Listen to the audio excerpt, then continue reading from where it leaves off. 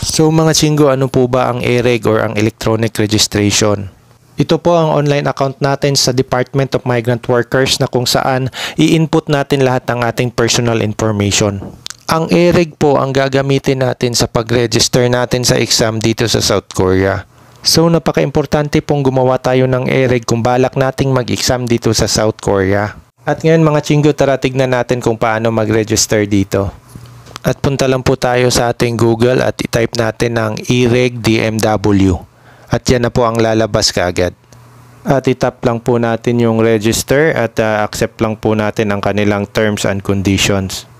At nakalagay po dyan mga chinggo, please enter the details that appear in your passport. So kailangan wag po tayong magkakamali sa portion na to.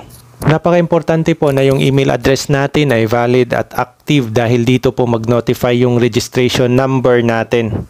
At mga chinggo,